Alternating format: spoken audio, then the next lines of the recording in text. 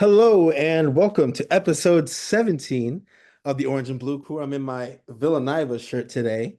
Feeling real good about the Knicks right now. Our last episode was a bit of a summary of the preseason and kind of setting our expectations for the regular season. So it's been a bit of a hiatus, but we are 15 games into the season after last night. We were recording this on Thursday, November, I think this is the 21st.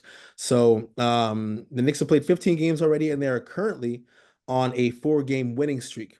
And for those of you who saw the last episode, you can remember that at the end of that episode, we did make some record predictions for the first 10 games, kind of envisioning what that could look like for the Knicks, being that it was a new look and, based on what we saw in the preseason. And I believe my prediction was the most, I guess, optimistic, if you will. I think I had us at 7-3. I believe Jai actually had us at 5-5, or was it No, three I and was three and yeah, seven. three and yeah. I wasn't sure if it was 5-5 or 3-7, but Jai had us at 3-7. So then I think it was it you, Rick, who had us at 5-5? Probably closer to five and Yeah, I five. think you were either Yeah. 5-5 or 6-4. So I'll have to go back and double check, but I think Reek, you were the closest. I think, like I said, I was the most optimistic. I mean, I was 2 wins, 2 losses off.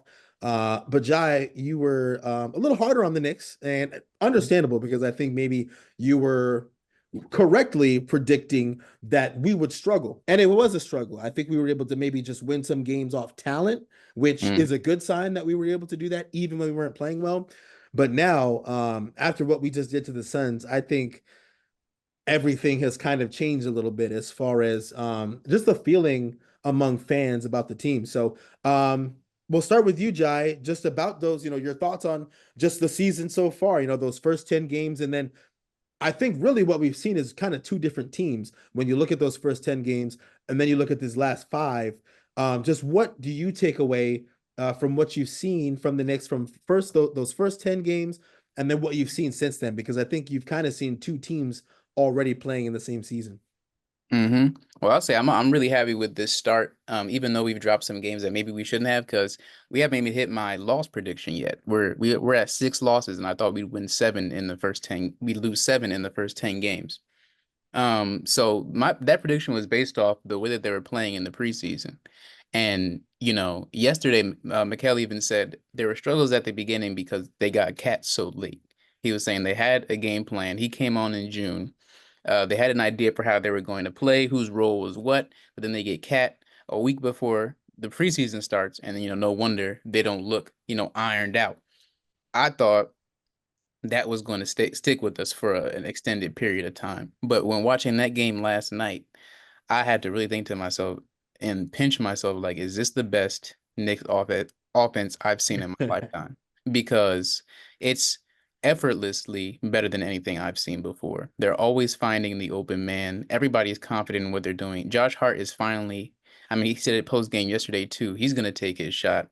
He doesn't care what anybody thinks. So he's feeling himself. That opens up way more of the offense. OG's hitting step back threes. Cat's hitting step back threes. McCall and Jalen are killing them from inside, and then Jalen just. This is what we saw what a game looks like when Jalen is on. Jalen has been phenomenal this season already. Had a couple bad games. He's averaging two more assists per game than last season already. But we have never seen him on like he was last night against a mediocre team. So yeah, I'm excited for the way things look right now. Yeah, and you said it. In terms of just how the offense looks, it does look. I mean, yesterday, like I was saying before we got started, like just that the offense looked, it was incredible. Like it was Mhm. just everybody was touching it, everybody was shooting with rhythm, playing with confidence. And I'll get into more of just my thoughts later. But Reek, just same thing to you. Just what were your takeaways from the first 10 and then just how you think that contrasts with how the last five has looked, just considering how much change there's been, early on this season. Yeah. Well, at first 10, I was very, very pessimistic just in terms of rhythm and chemistry and just finding out what player we were getting from Cat, right? Just really wasn't sure about what it was that we were going to get. Um, was he just and then because from the preseason when he just came out and he was just bombing threes, I was like, I don't want to see this. I don't want to see a center out here shooting threes like Embiid. But then when he came in those first 10 games, he came in like a true center in the NBA. He's not playing any games. And, he looks a little awkward to me putting the ball on the floor, driving. But it works, somehow he's executing just very simple, basic basketball. Pump fake out the top of the three if I make one or I don't, and then I'm driving to the rim. He's not getting fouled. So I think that's going to come later. But yeah, I was a little bit pessimistic because I didn't understand how the defense would work, and sure enough, the defense has been uh you know below average. I think in general, pretty bad in some cases, but we're not asking these guys to go out and get super stops right now in terms of Bridges and OG, but when we do need them to do that, they are definitely stepping up. And Cat is just trying to understand how to be a center or an anchor in this defensive scheme for as long as he has to be. So I've just been happy with, after that first 10, happy with the way things have progressed. One of the things that I was really, really down on after realizing that Cat, first I before I go any further, I have to provide my apology to Cat because I was not happy about him at all, and now I can't be happier than having somebody that could potentially go for 50 in the game. This guy's not even playing full minutes, and he's getting 30 plus. Like, I think he played 20 something minutes last night or 30 minutes, where everybody else was close to 40. He's exceeded expectation in these first few games for me. And I'd be a fool to say anything otherwise. But the other guy that I was really beginning to be, I changed my perspective, didn't want to be so negative. So I just tried to watch and cheer for Bridges. And I'm really sold on those mid ranges from him. I think his defense needs to still continue to come on a little bit, but I'm very confident when he's shooting mid ranges. Last night he missed two in a row for the first time that I've seen in the mid. So I'm really I'm excited. Looking forward to the rest of the season, and I can't wait till my man come back, Big Mitch. When Big Mitch come back, it's gonna be on. But that's about it. Now I'm excited. I'm really excited. Yeah, I agree, and I will also open up my early 15 game review with also an apology to Kat. I don't think I was too harsh. It was more so the fit I was worried about. And he has calmed my or eased my reservations in terms of the fit. I thought it would be a bit clunky, and there were times in Minnesota where I thought that maybe he would fall in love with standing behind the 3-point line too much. But I think what we've seen from Cat, and I don't know if this is a personal thing for him where he has gone into the season intentionally trying to change how he plays, but I think that he has been very intentional about um playing inside out. He's starting games. I don't know if you guys noticed in particular, because I mean, not even being funny, the game was on the West Coast. Did y'all stay up or no? Oh, I stayed up. It was a struggle, but I did Yeah. it. Well, if you remember, and I'll start with this before I get to, my first 10 thoughts, but just last night I think the best version of what I think Cat has come into the season trying to do. His first seven, maybe actually, his first seven shot attempts, I think one was a three. Hmm. He was inside, like, Yusuf Nurkic can't guard me. Oh, you want to switch? Brian Dunn can't guard me. If you switch Devin Booker on me, it's a layup. Like, he was getting in the paint and not thinking. He was getting it quick, making a quick move, and finishing with, he's got real good touch, especially off the backboard. It Yes. seems like he never has like a shot that goes off the backboard and hits anything else. It's like it hits perfectly off the square and just Yeah. like straight into the basket. Just really showing off that touch. And then in the second quarter is where, now that he's killed you with, I think he was 5 for 7 in the, I want to say maybe in the first half, Yeah, or you maybe, mean from yeah, three? No, just from from the the floor, field. Yeah, from the field. because he missed in the first half. He missed all of his threes. Yeah, but he was 5 of 7, I think, or maybe 5 of 8 or 6 of 8 from the floor in the first Yeah. half. But I think all of his makes were layups. And Yes. then you saw in the second half, now that he's been bullying you inside, now he's expanding his game and he's able to walk up into threes, catch and shoot the three off the pick and roll or pick and pop. And that was just pure like that was like when people were talking about what Cat could be coming into the NBA. I think last night's game, even though, yeah, like, did he have 46 like he had, last week? No. Did he have 50 like he's done before or 60 like he's done before? No. But I think in terms of just dominating the game in the way where you're going to eat and your whole team is going to eat as well, that was like perfect, like what we envisioned Carl being when he came into the NBA. Just a flawless game from him. But at the beginning, it was rough. I think, like you said, Jai, that making that trade a week before the season started was a lot more detrimental, or not detrimental, but a lot more complicated than I think people really took into account, because you came into the season, if you're a non-Julius Randle Nick, thinking, okay, these are our guys, and this is how we're going to make it work. And then literally a week before the season starts, now it's, okay, now we got Cat. Now we got to change everything. Like this is like Cat and Julius Randle are not remotely the same player. So now you got to look at things entirely differently. You're changing the offense. Even just from a non-basketball perspective, these are guys like you got to build new relationships. This is a new guy, and this isn't just like a regular guy. This is an all-star who, and NBA guys, star He's a players. former #1 overall. Yeah, former #1 that pick. Still means something.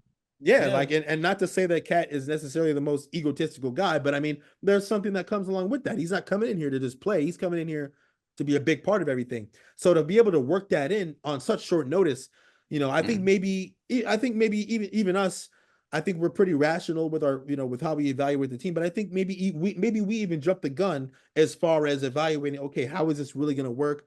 Is this going to be as good as we think it is, or as we hope it'll be? But those first 10 games, I think in those first 10, I think a 5-5 record was like the perfect encapsulation of what was going on. We would have a game where we look great. I mean, you look at, the Sixers game. That Sixers game was, I thought, after the Suns game, probably our next best game of the season, where we just played great against a team that people like and whatever in the East. I said that they were going to suck, and they're sucking, but that was a big game on national TV, and we had to avenge ourselves after our last national TV performance. And what do? We go out there and we handle the Sixers. But then we have games, the Bulls loss was terrible. And just Houston, again, another terrible one. And it was just these ebbs and flows. It was a roller coaster of, we win one and it's okay, maybe we're figuring it out.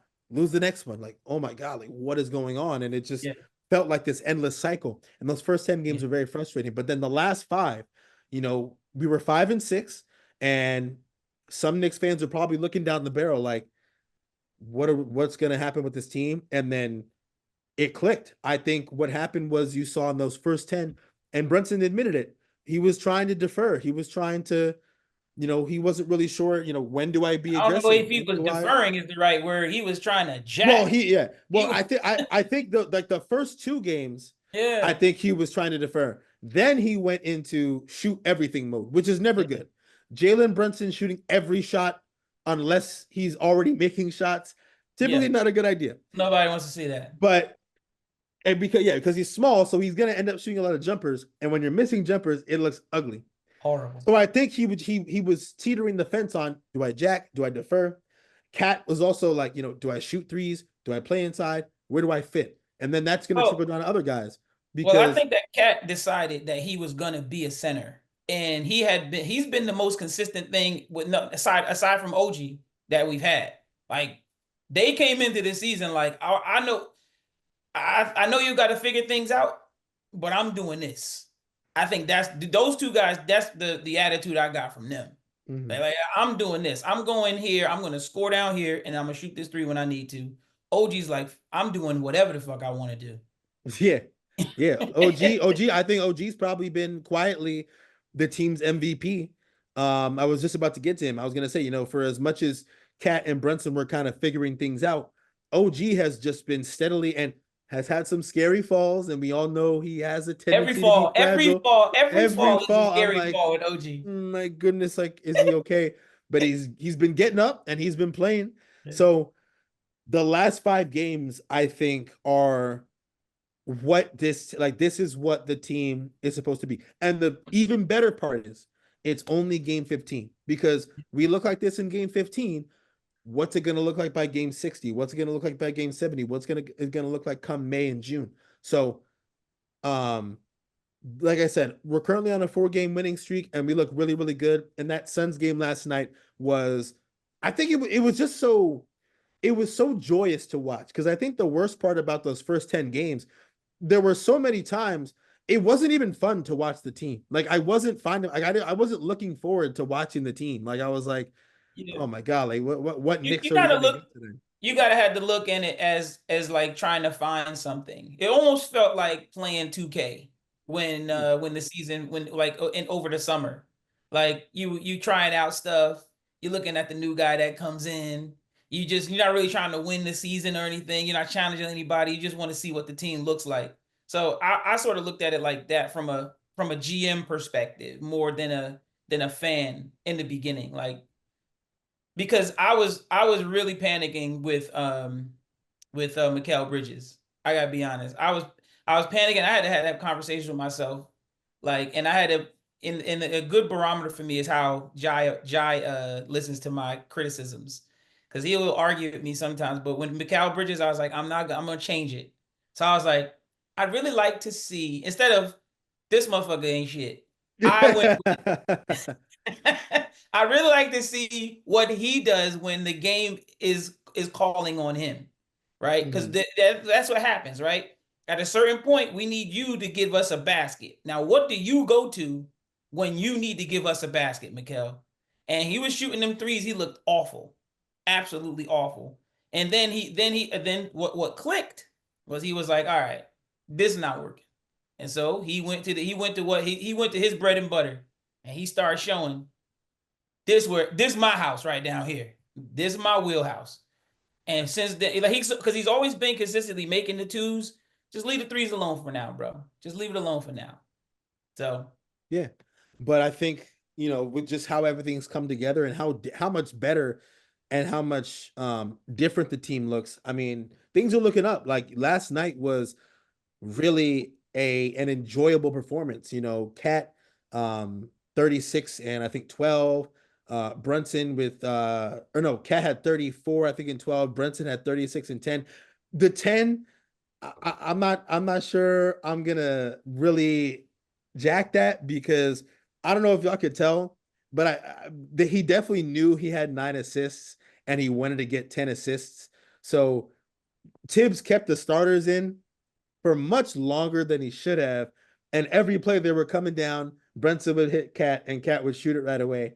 Because I think they were like, okay, let's get this 10th assist so we can, so he can have 36 and 10. But still, 3 double doubles on the Knicks as well. Cat had a double double. Brunson with the double double, and Josh Hart had a double double with 19 and 11. And then the team as a whole shot nearly 50% from three, 19 of 39. Like that was just, if that is a precursor of what the Knicks can be, then I think we're right back in the conversation as it's the Celtics and the Knicks. Um, we haven't gotten to talk about maybe the rest of the East as much. And I want to get on that later, but I say the Celtics and the Knicks. And yes, I'm not including the Cavs because as I've said on this podcast, and to anyone who will listen, I'm not a believer in the Cavs. The Cavs could be 82 and 0, and I don't care. Like they don't scare me, especially in the playoffs. Like I thought I thought they were on paper probably a little bit better than us when we matched up with them a couple years ago in the playoffs, and we beat them 4-1. So the Cavs just don't scare me. Like a backcourt with 2 6'2", well, really a 6'2" and a 6 foot guard, maybe even really 5'11". That's not scaring me. Jared Allen is Jared Allen going to give you 30 points? He's not Embiid. And Evan Mobley doesn't know if he wants to be KD or I don't know who else. Like I don't know what a he little is. stiff.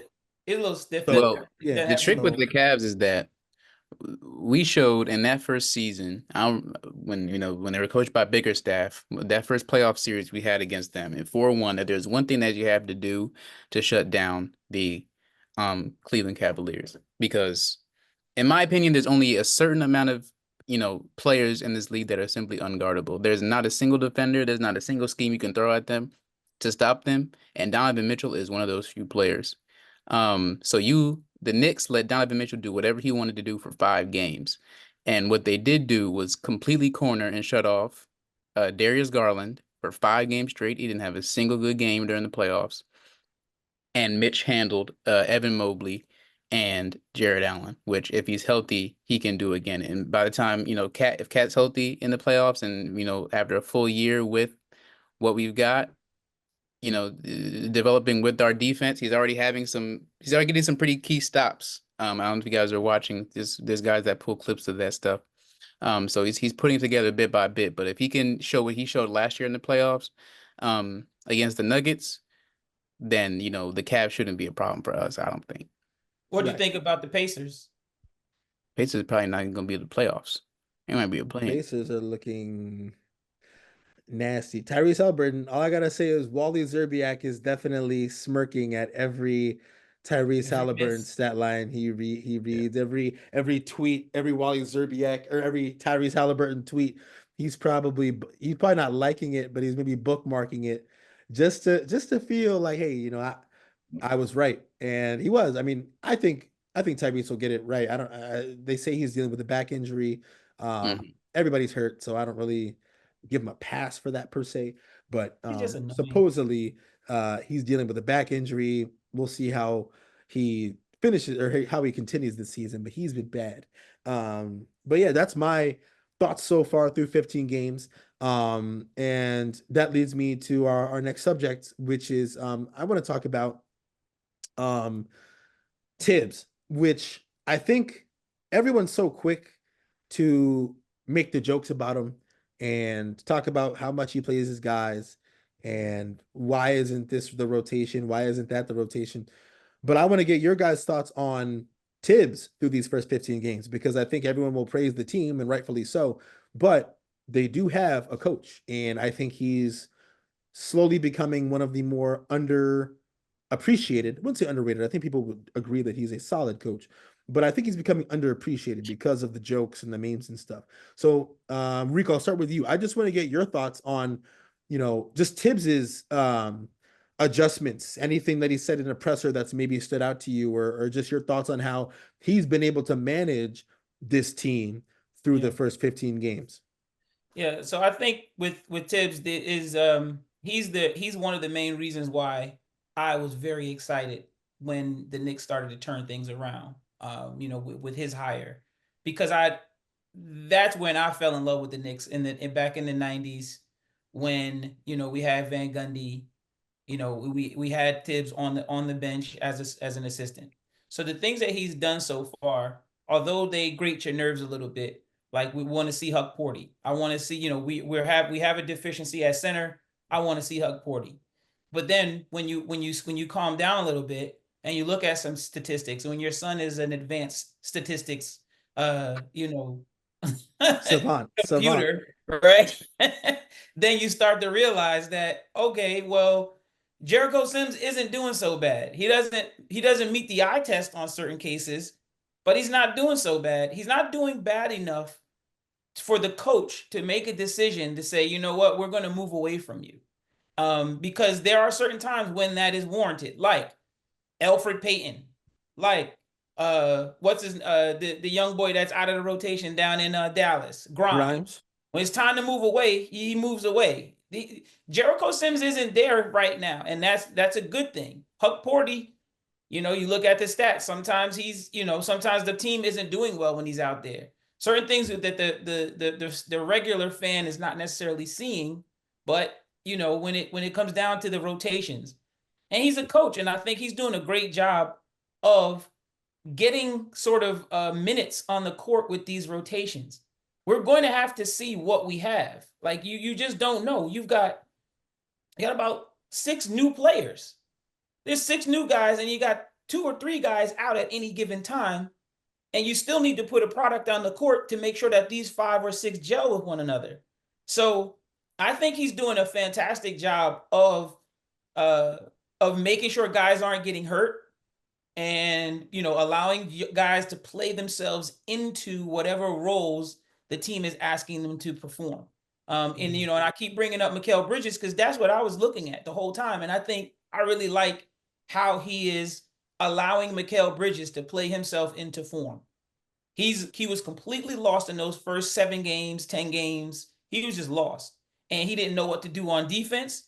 He didn't know what to, guys are talking to him, trying to get him encouraged. He didn't know if he could shoot or not. He was very, very, very nervous in those first 5 games. That's what he looked like to me.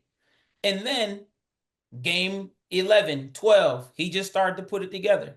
He figured out, this is what I do. This is how I'm going to do it. And I think the scheme itself is fantastic. It's working out, right? Where, like I said earlier, Thibs isn't trying to make these guys become these stoppers that we want them to be, like just shut people down. Although OG just does it by matter of course. It's just who he is. Like, the kid goes off on us for the Nets for 40 something one night, then he comes back for 16. Like 2 days later. What is the change? OG. That's it. But what I'm finding though is that we're asking Bridges to chase guys over these screens, and he's always delayed, and it's an adjustment that he has to make. But what I like about Thibs is, this is the system. This is what we're trying to get you to do. Just believe in it. Cat's gonna be there. When Mitch comes back, it's gonna look completely different. Just keep doing it. Keep going. Keep plugging. And the only way you get that done is if you give the guys the minutes to do it. So, and I like that he got the young boy in. I'll tell you, this is what we do. We're watching the game and we just like become daddy, just working on our French accents, So I like that he's working all of these guys in. Tyler Kolek, not ready. He can hit a shot for you every once in a while if you really, really need him to, but he's not going to be there. That's fine.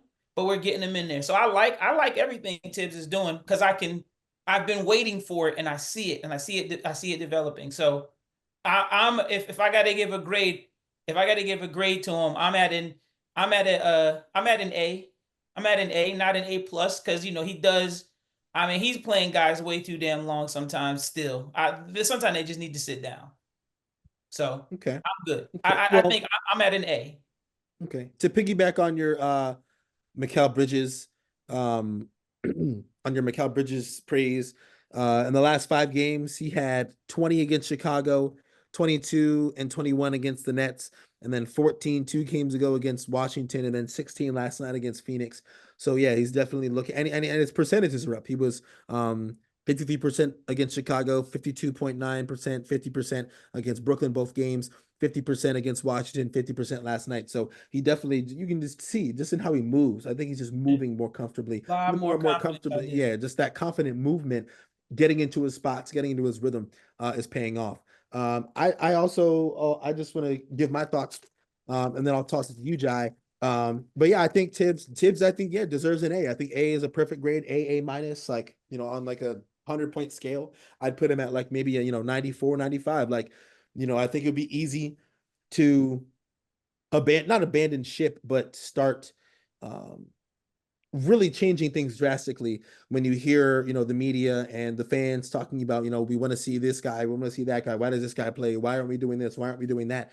But Thibs, in typical Thibs fashion, anchors down, and he has a plan. And one thing about Thibs is it's not always going to look pretty, but he has a plan. He's not misguided in the end goal, which I really appreciate. And with Jericho Sims, even us, we clown Jericho Sims all the time. He starts every game with 3 fouls, but once upon a time, your boy Mitch wasn't too different from Jericho Sims. And I think Mitch was maybe a little more polished. Isaiah Hartenstein, which they all love.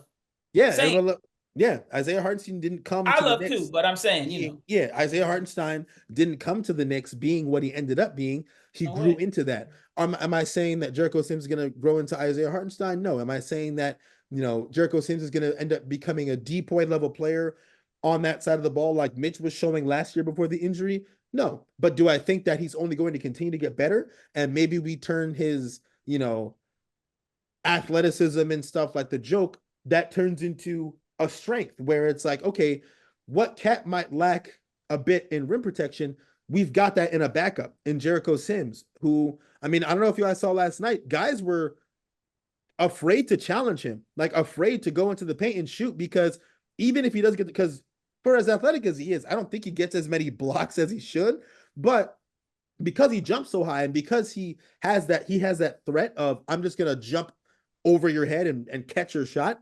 um, it just deters guys from even trying to score. And it forces teams, Phoenix, they scored 122, but they made a lot of threes. But Yes. it's not like every team is Boston. Now, I mean, the Boston game was, I think, an anomaly defensively for us, but still, every team isn't Boston and going to be able to hit threes at the clip like Phoenix did. And we're not going to shoot like we always did, but if you have that inside presence to deter teams from going inside and feeling comfortable and forcing them to shoot jump shots, that goes a long way. So huge credit to Thibs with how he's stuck to his plan thus far this season.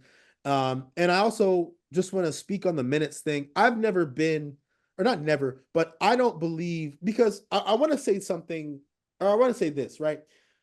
Because what do today's NBA fans complain about more than anything? Load Oh, management, right? take load management. Yeah. Load management. They complain that guys don't want to play. So you can't, in my eyes, you can't have it both ways. You can't say guys don't want to play and they take nights off, but then attack and make fun of the coach who's playing his guys. I remember when guys playing 40 minutes a night, 38 minutes a night was a regularity. All the best players played most of the game. So for as much as we want to say, oh, you want to save guys, or oh, you want to manage minutes, I would push back and say, why? Like, obviously, you guys can get hurt regardless. Joel Embiid barely plays and gets hurt. There's guys who play a lot who get hurt. But regardless, if a guy like, and these guys aren't complaining, you always hear Thibs joke about, or not joke about, but he always talks about Josh Hart wants to play 48 minutes every night. That's how it should be. Guys should want to never come out. I mean, you guys play ball. You don't ever want to come out the game. So I would only say, why does Thibs and the Knicks get the have to be the butt of the joke for guys playing a lot? But that's the same thing that fans claim to want. So I would say that that's a non-fact or non-issue because if you have guys that are willing to do it, it doesn't sound to, because I think in Minnesota, Thibs had guys that weren't willing to do it. He didn't have, I mean, Jimmy Butler, we see how Jimmy Butler goes to the regular season. The guy never wants to play. He's coasting, and then he wants to turn it up come playoff time. And while he's maybe had some success occasionally in the playoffs, being able to just go from 60 to 100, if the guys on the team are not complaining, I don't see an issue. If guys want to play 40 minutes, playing 40 minutes. Injuries are a part of the game. What's going to happen whether a guy plays 40 minutes or a guy plays 20 minutes? Guys get hurt. But I would say I wouldn't hold that against him because it seems to me that that is what the guys want to do. They want to play in the games. They don't want to come out. And if you're Thibs, who am I to say no, you're not? Like if you want to play, play them. And I remember when guys used to play, they didn't get hurt as much. So if anything, I would like to argue that maybe there's a correlation between guys playing more, your body gets used to it, and you build that wear and tear. That's just getting you ready for the grind of playing longer extended minutes in the postseason. Plus, when the postseason comes, it's not unfamiliar. You've been playing longer minutes throughout the whole season. So it's not having to become accustomed to something new. You're just doing what you've already been doing. So yeah, I would give Thibs an A. I think he's been great. I think he doesn't get the praise. I think he gets a lot of loud criticism and very quiet praise, but I would like to loudly praise Thibs because I think he's done a tremendous job at leading, this team and allowing them to take form the way they have. And Jai, what would you give Thibs so far grade wise on the season with the job he's done? I'm gonna save my grade for the end, and this is probably gonna be my hot take of the episode. I've been a what do you call it, staunch Thibs defender for the entire 5 years. This is his 5th year as the Knicks head coach, And the entire time I've really battled against any criticisms of Tibbs because he does the right things to get the Knicks to where they need to be. I've been a fan since like, you know, growing up as a Knicks fan and seeing coaches come and go, you're like, you don't understand the impact that coaching has on players at the pro level. And you see, looking at the way the Knicks look during the bad years, you're like, why would a professional team look like this? And I think we had a game in Milwaukee in 2020 where the Knicks looked like a team, and it looked like, we've had guys that really want to win and fight really hard and whatever, but that extra flair that Tibbs provides is what I was able to see pretty early on was going to take the Knicks over the top. I didn't expect us to go to the playoffs that first year, but we did, and it was great. Um, but one thing I think about now when it comes to the Knicks and with the players that we have, the talent, it's about legacy. And I feel like Tibbs right now isn't protecting his own legacy. He's not protecting the Cat's legacy, OG, Jalen. When it's all said and done, people look at the playoffs. It's just objective truth. Like it's what gets you a spot in these conversations, these top 75, top hundreds in 20 years, whatever it is how did you do in the playoffs? What impact did you leave? And the truth of the matter is, whether you think the freak accidents or whatever happened, our team was broken down in May last year, in that Yep. Pacers series. We were on absolutely nothing. And if we were to try to stop that, we would take the beginning of the season when the team doesn't really know what's going on to maybe lighten the load a little bit. Um, so that is, I can't, despite the fact that the offensive scheme looks great, the defense is getting better. I don't really care about the rookies playing because they're rookies, but the fact that he's even trying is great. I love the rotations, the trust that campaign feels on the court. All those things are positives, but I can't overlook the fact that these guys are playing way too long, and they're playing in situations where they don't need to be playing. They don't need to be in up 30 against the Washington Wizards. That's just the truth. Mikal Bridges should not be, just because he's this Iron Man player, he should not be leading the league in minutes per game. Tibbs has never had a guy lead the minutes in minutes per game, but now as a Knicks coach, but now Mikal Bridges does. So I'm thinking like this to me is one of my least favorite Tibbs seasons because of that, because he's getting everything else right except the one thing that would protect us and allow us to make a deep, deep playoff run, which we haven't been able to do yet because of injuries twice. Mhm.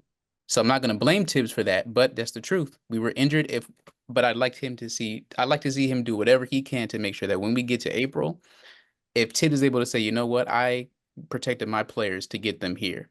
And no matter if someone's hurt or not, if he can say that I tried to protect my players to get them here, then I'd be happy. And right now he's not doing that. So I'm at like a C. I'm at a C right now. See, okay, that's fine. I mean, look, we don't Hmm. always have to agree. I just think it's now. I will say it's push and pull, give and take. I think, like I said, I think if guys want to do it, I personally don't see a problem with it. Guys are gonna get hurt either way. But now, do I think that there is some room for, like I said last night, he had the starters in with like, because the Suns already pulled their guys, but Brunson, Cat, Bridges, That was Hart. at like 9 minutes left. 9 minutes left. I think they pulled their guys. The bench started to give away points. Tibbs got mad, puts back in the guys, some of the starters. Always Bridges first. Yeah. Because like if I'm looking at the numbers right here, Bridges played 40 minutes last night. Mm, Hart 39 minutes. Jalen Brunson had 37 minutes. OG had 35 and Cat had 34. So those aren't terrible as you start to get towards the Cat like at 34, but 40 minutes for Bridges last night and when we put up 138 points, 39 minutes for Josh Hart. Josh Hart pulled his abdomen or Yeah, something in the that's a playoffs last year. textbook overuse injury. All these Yeah. hamstring That's injuries, just all textbook. overuse. mm. But I don't know. It's give and take. I think we gotta see. I think because there's room for even room for improvement there. Like maybe guys are playing now, and then maybe perhaps once Tibbs sees what he's looking for, right? Because I think we can all agree the team started out shaky and not up to what we hoped for. But I think maybe once we settle into a group, we're on a 4-game winning streak. Let's say we get to 20 wins and we have 11 losses, we're at 20 and 11, then maybe then the minutes management can really start. Maybe then you'll see more Sims minutes, more, Huck Porty minutes, more. And I think getting Precious back will be huge for maybe more minute distribution because it'll allow some versatility with lineup construction and things of that nature.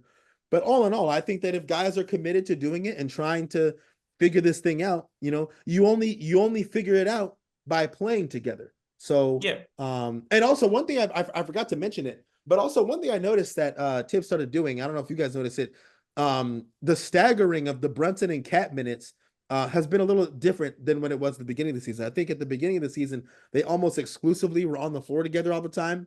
But I think one thing that's helped is that obviously they start the game together, but did we lose Jai? No. Oh, okay, I thought you froze for a second.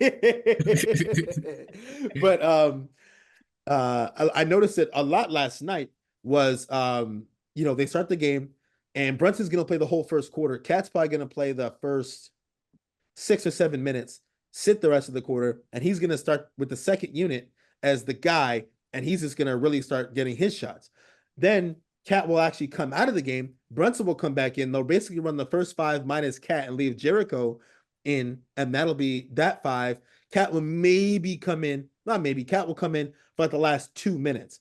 I thought that's a very interesting rotation, but I actually really like it. I think it's good because it gives the backups, like you have a guy that can score the ball in the game with or without Brunson, and Cat is skilled enough to and has a high enough IQ to let guys stay involved by not taking terrible Passing and shots, cutting. but by Yeah. passing and moving and letting Yeah. guys cut off of him when he's posting. But that's just something that I also wanted to give Thibs credit for by mixing up the rotations.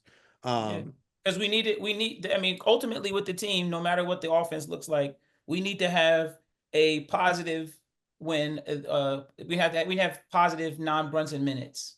And those are coming when you have Cat and OG. Cat and OG have created a very, very special connection so far. It's just OG's just really, really, really moving well without the ball, getting, those easy dunks underneath the basket. He's always dunking just very basic behind him. Yeah. He's just there. He's just getting it done. So Yeah, and he's still got that green animation where he's just yeah. willing it into the basket.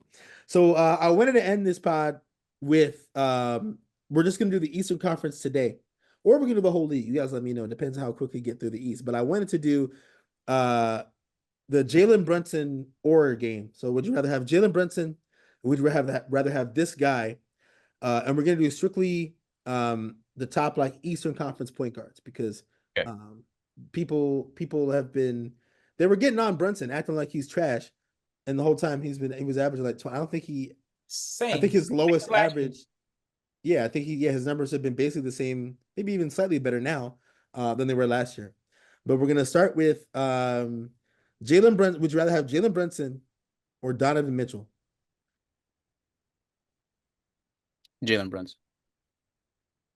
Oh, we just It's firing a off. yeah. Well, both of you chime in. Jalen Brunson or Yeah. Donovan Mitchell? I'm going Jalen Brunson. Really? Yeah. Okay. Jalen Brunson or Drew Holiday? Mm, Brunson. I really like Drew Holiday, but he's old now. Yeah, I don't think he's as impactful for that Celtic starting 5 as people say. I think having a defensive guard that position, it doesn't matter who it is good enough. And he's, I mean, offensively been really good for them, but I don't think he's as impactful as Jalen Brunson. Yeah, I think Jalen Most- Brunson has another gear in scoring than Drew Holiday. So for that, the pause came for the defensive impact, but Jalen Brunson has another level. He can get the 40 easy. And So now he's facilitating more. He's averaging 7 assists. I, So I that's the gotta key. go with Jalen. Okay. That's tough, but I'm going with Jalen. Do we want to skip Jalen Suggs? I feel like that's a Yeah, that's not I fair. think it's a foregone conclusion. Yeah. Jalen Brunson or Tyler Hero. Brunson. Brunson. Just for Okay. optics. Yeah. Jalen Brunson or sneakily, the Pistons are the 6th seed right now. Yeah. But Jalen Brunson or Cade Cunningham. I think Cade Cunningham's more of a forward. And I really don't know what Cade Cunningham does. I think he comes up with good stats, but I really don't know what he does. I think he's a big point guard. He's I think he scores really well. 6'7", but he's their point guard. Yeah, he's the point guard. He plays He's the point guard for sure. Jaden Ivey's an off What guard. about the guy that Ivy's an who? off guard. Ivy's a 2. He's a Ivy? 2. Plays He's two. a He's our he- point guard. he's a His 2 handle's not that good. was miscategorized as a 1 coming out of college. I said this guy's a 2 that can't shoot, but he was just way more athletic and fast than everybody at Purdue. But he's really a 2. And so far I've been right. Cade is the team's point guard. But would you take Jalen Brunson or Cade Cunningham? I don't know enough about I don't watch enough Cade. The age is the only consideration there, and Cade can score really well, but I don't know how he could score on a good team. So, yeah, I had to go with Brunson. He did have 35 against Milwaukee. Cade did have 35 against Milwaukee. I know he can score really well, but Jeremy Grant scored really well in Detroit too. And, it's just... And Brunson destroys Milwaukee, by the way. Brunson's averaging 35 against Milwaukee. That is also true. Jalen Brunson or Trae Young? Brunson. Jalen Brunson. Really? Yeah, I hate Trae Young. With E? That you guys said with shit. You guys said that with E. I don't know. I'm a Trae guy. Y'all know I like Trae. I don't know. I didn't know that, but still. Oh, really? I thought I've been vocal about my appreciation for Trae Young. I'm a big Trae guy. Do you see his last game? He had 7 points, but he had 19 assists. He's unwatchable for me.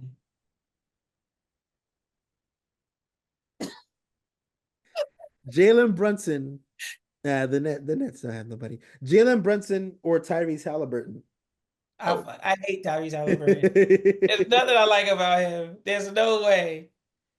Brunson. I think I know where you're leaning, Jai. Jalen Brunson or Dame Lillard? This is the one that I was struggling with because the Dame that the Bucks are getting right now, I think it's I think he's just depressed. Wow. If there's games where he's actually fired up, like sometimes you see the fire in his eyes that you used to see in Portland, in certain games where he just takes things personal. He just wants to have a good game. Dame Lillard in the playoffs has had some life-changing performances for me. I feel like 2 years ago against the Nuggets or something. Life-changing. Just like he changes the way you think about basketball. And that 55-point game was nice. Yeah, so that shot against Paul George was fucking incredible. Yeah. That was incredible. I will say right now, not Dame because of his mental state. And I don't know if that would improve before. But you say this with a lot of conviction. Like do you know a little? Do you know a Lillard personally who's told you he's got that some TMZ reports on him or something? Dame is going through some things that are unbeknownst to the public. I'm not messing with Dame Lillard, bro. I'm not messing with Dame Lillard. The thing about it, because all of these guys have great names and they have great ability, no question about it. But so many things have to be going right for them, obviously, to get to make the team excel. We watched Jalen Brunson come off the bench in Dallas, come to New York, and they're picking this guy up full court, beating him up the whole time, and he's giving them 35 on pump fakes and jab steps in the paint. Like, I like that Trae Young can catch fire.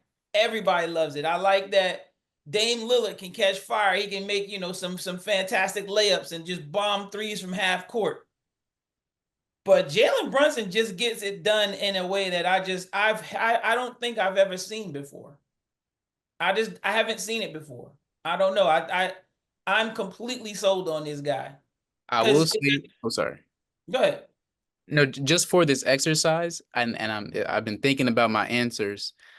I would pick Jalen Brunson over every single every single whoever you're gonna say for the East. I don't know about the West. For every single team in the East, I would pick Jalen Brunson. But if you ask me who was the best guard, that's point guard entry Kyrie Irving. in the East, Sorry. yeah, it is Donovan Mitchell. It is Donovan Mitchell. He has incredible. I mean, he's unstoppable. I said it earlier in the podcast before we even started saying this. He's unguardable. So I would say it's Donovan Mitchell, and he's overlooked too. Okay. Well Well, what then, about him? Well, so let's stay here though for a second though, because then what about Donovan Mitchell?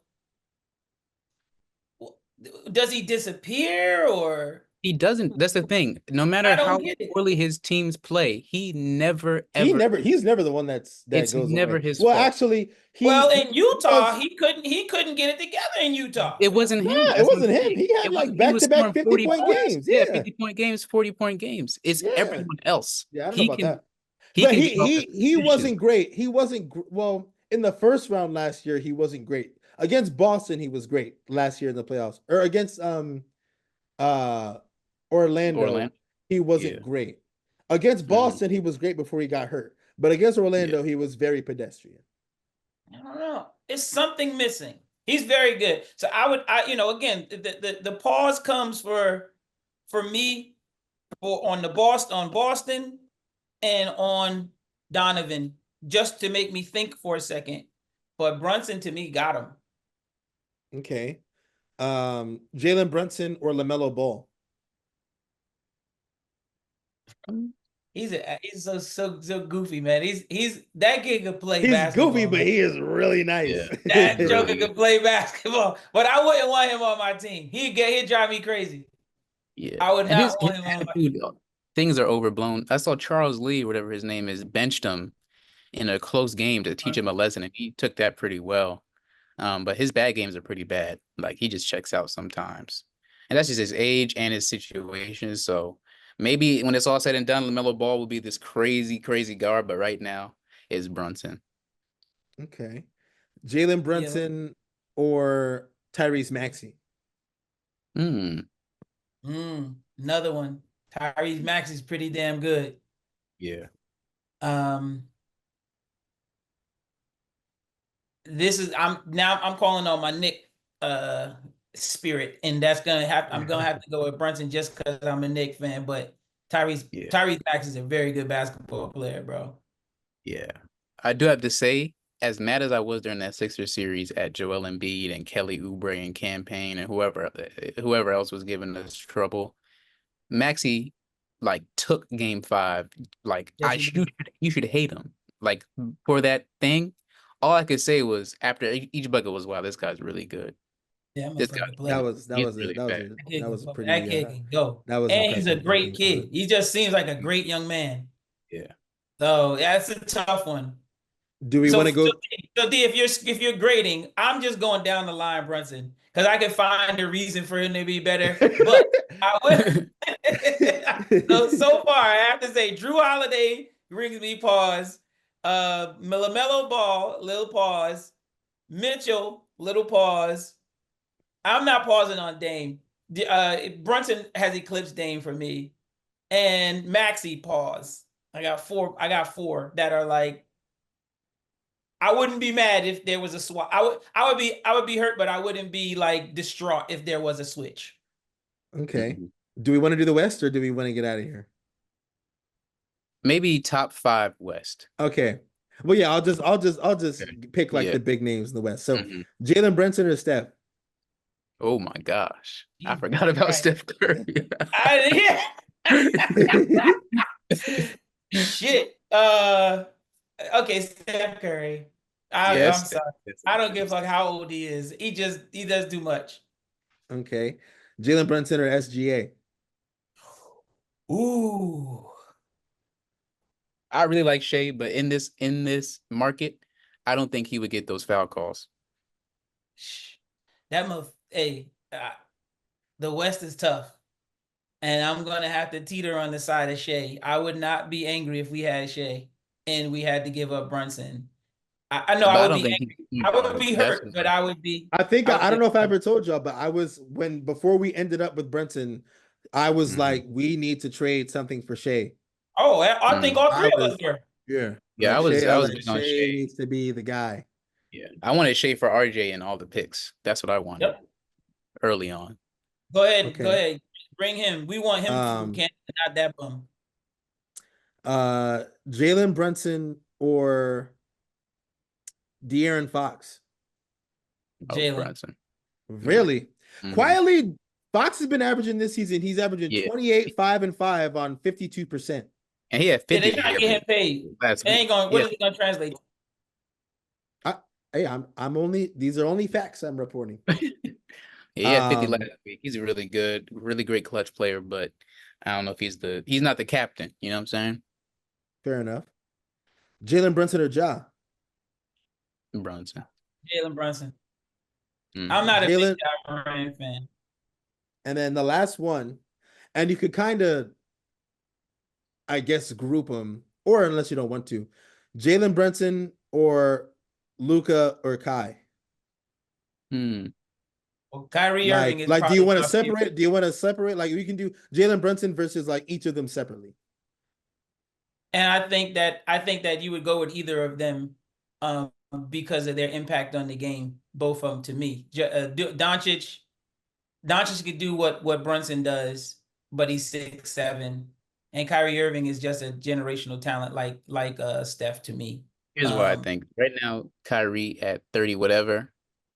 Um, right now at 30 whatever, you put Jalen Brunson with the usage he has now and the ability that he has now, the Mavericks are NBA champions.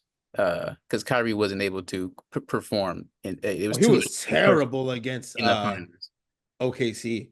He Yeah, was terrible. Yeah. awful So and very pedestrian against Boston. He's got to play second fiddle to Luka Doncic and doing. I think Brunson could do that better. He So did do it. yeah. So well, I don't know if he did it better because of his, you know, they didn't get as far. They got almost there, WCF. But with Kyrie as the second guy, they got to the final, so you gotta give him that. But I'm taking Oh Luka. yeah. But I think Kyrie fell flat in those last two series for the Mavericks, and Brunson would have taken them over the top.